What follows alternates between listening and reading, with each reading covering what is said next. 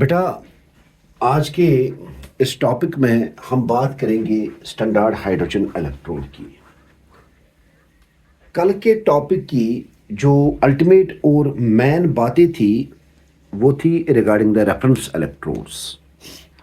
क्योंकि आपने देखा कि किसी भी इलेक्ट्रोड का पोटेंशियल जो है वो इंडिपेंडेंटली मेजर या इन्वेस्टिगेट करना पॉसिबल नहीं होता है।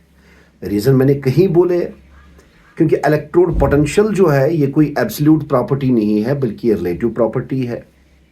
और एक बात भी मैंने बोल दी कि दुनिया की कोई भी हाफ सेल जो है, चाहे वो एनोडिक हाफ सेल हो या कैथोडिक हाफ सेल हो, वो इंडिपेंडेंटली वर्क नहीं करता है।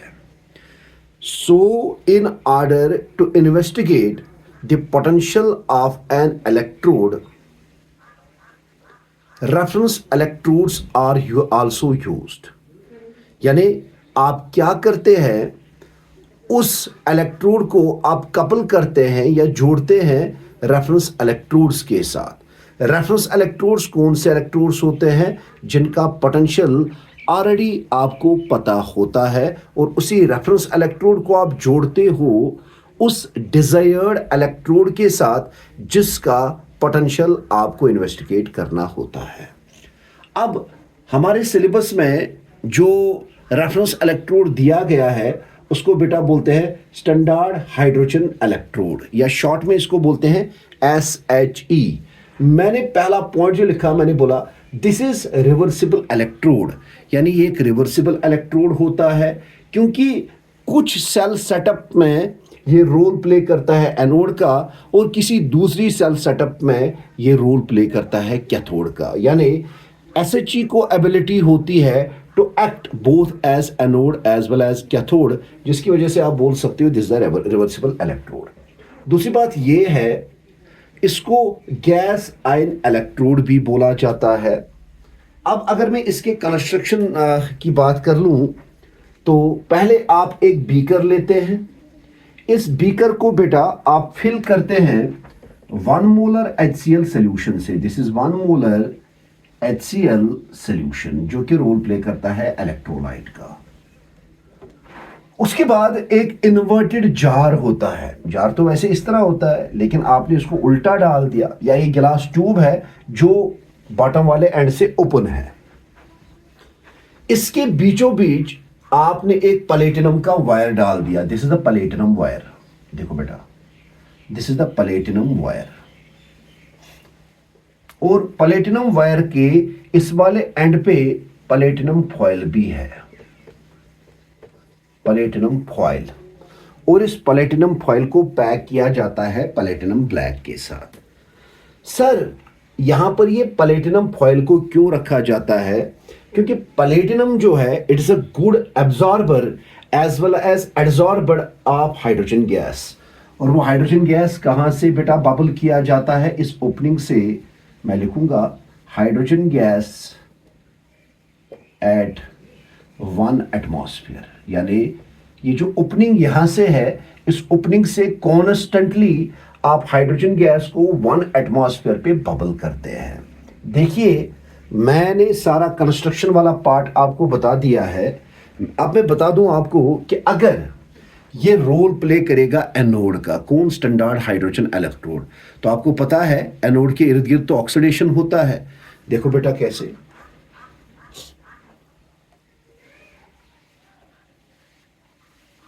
SHE एज एनोड, तो हम बोलेंगे hydrogen gas gives 2 times H positive aqueous plus 2 electrons। जरा देख लो बेटा,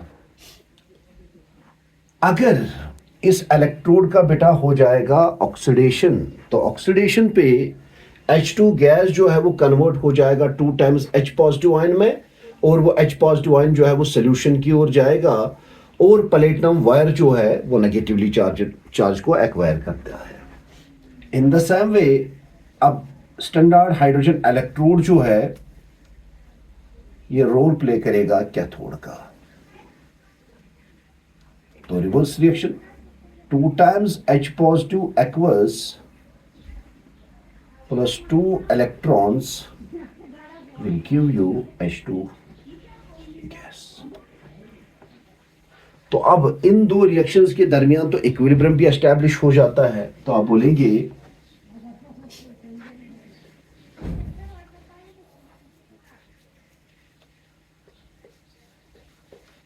H2 गैस जो है 2 times H positive एक्वासाइन प्लस 2 इलेक्ट्रॉन्स। तो यहां से आपको पता लग गया होगा कि yes, standard hydrogen electrode can act both as cathode as well as anode.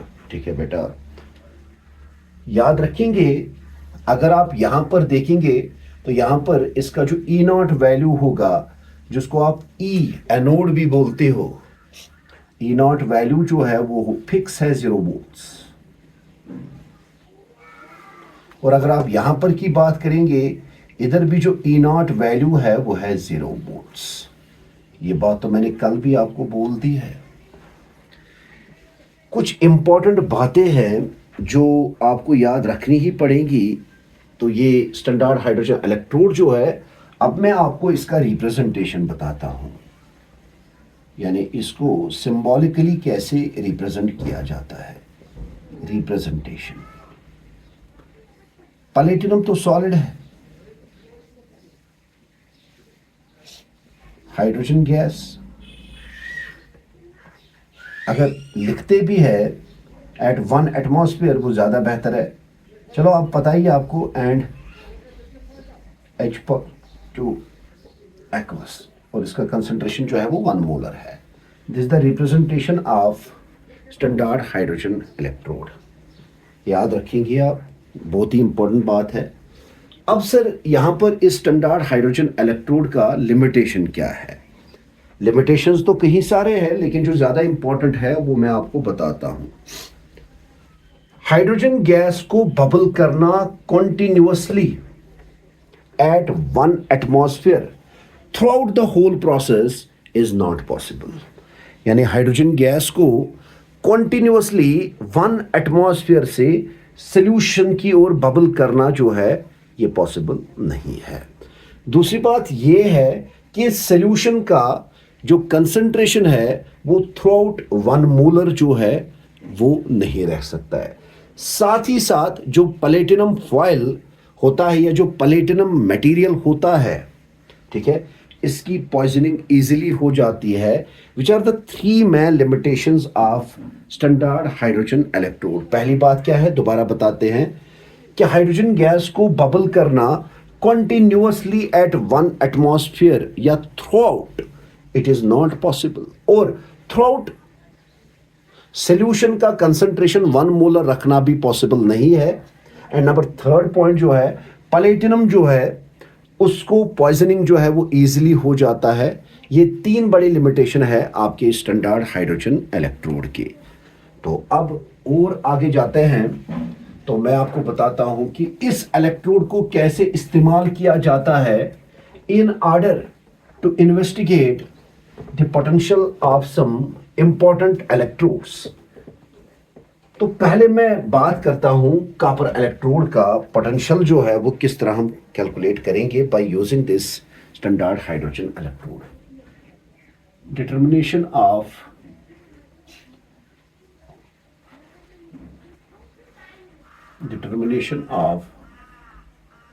Standard electrode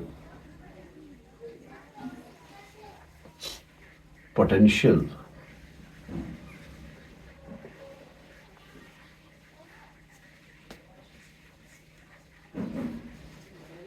CuCO2 positive by using SHE।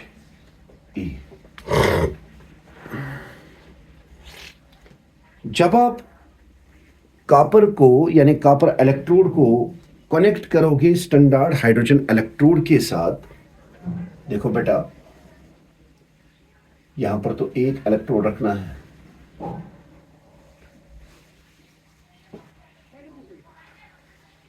एक, यहाँ पर दूसरा रख दिया हमने। पूरा सेल सेटअप बनाना है ना। ये ले लेंगे स्टैंडर्ड हाइड्रोजन इलेक्ट्रोड।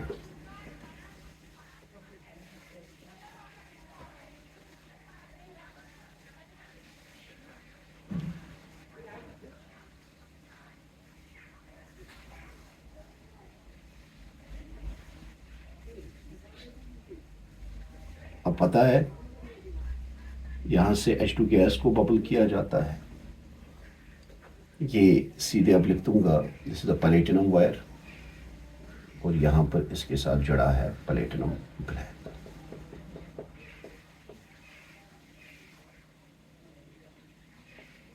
ठीक है बेटा। And this is 1 molar HCl। यही तो पूरा कंस्ट्रक्शन है इसका। यहां पर मैं ले लूंगा कॉपर सल्फेट का एक्वा सोल्यूशन।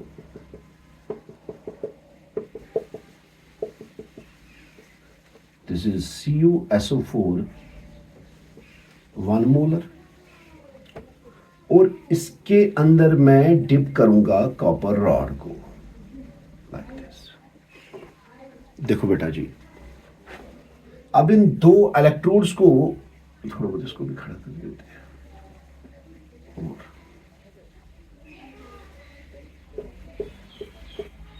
अब इन 2 इलेक्ट्रोड्स को हम वायर के थ्रू कनेक्ट कर लेंगे।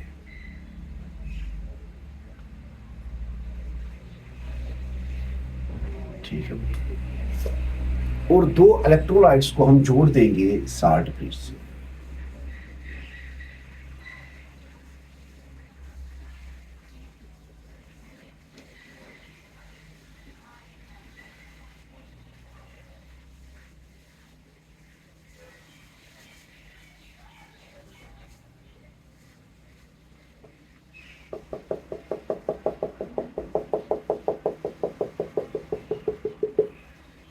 This is the salt bridge।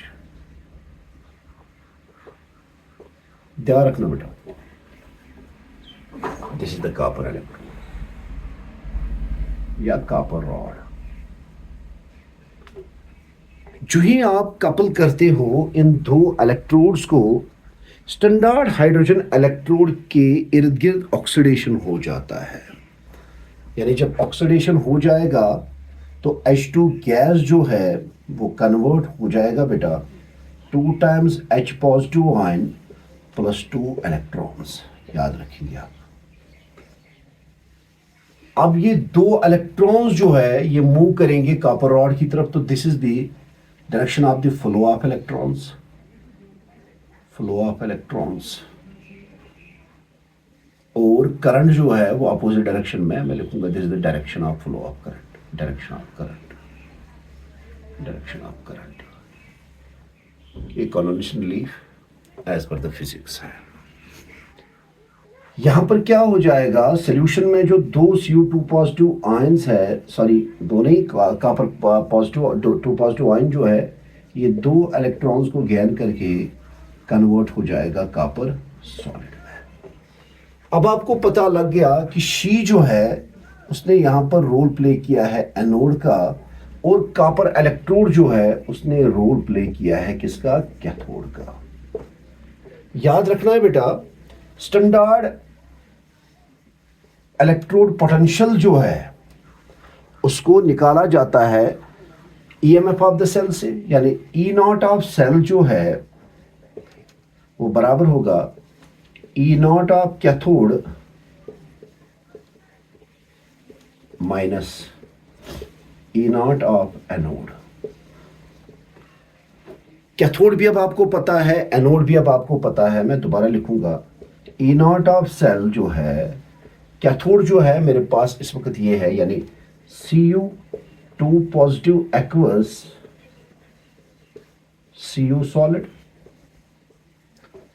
Minus H2 gas 2 times H positive. ये बेटा ई नॉट ऑफ सेल जो है ये तो यहाँ पर आपने रखा होगा वो वोल्ट मीटर जो आपको रीडिंग दे देगा। तो वोल्ट मीटर में जो रीडिंग आया वो आया प्लस 0.34 वोल्ट। अब कॉपर इलेक्ट्रोड का आप तो निकालना ही है, तो इसको मैं दोबारा वापस लिखूंगा E naught of cathode. Standard hydrogen electrode का तो सबको पता है, इसका होता है 0 वोल्ट। तो ई नॉट ऑफ कैथोड जो है वो यहां पर बराबर है प्लस 0.34 वोल्ट। तो therefore the standard reduction potential of standard reduction potential of Cu solid Cu2 positive electrode is plus, ये प्लस है 0.34 volt. Please keep it in mind.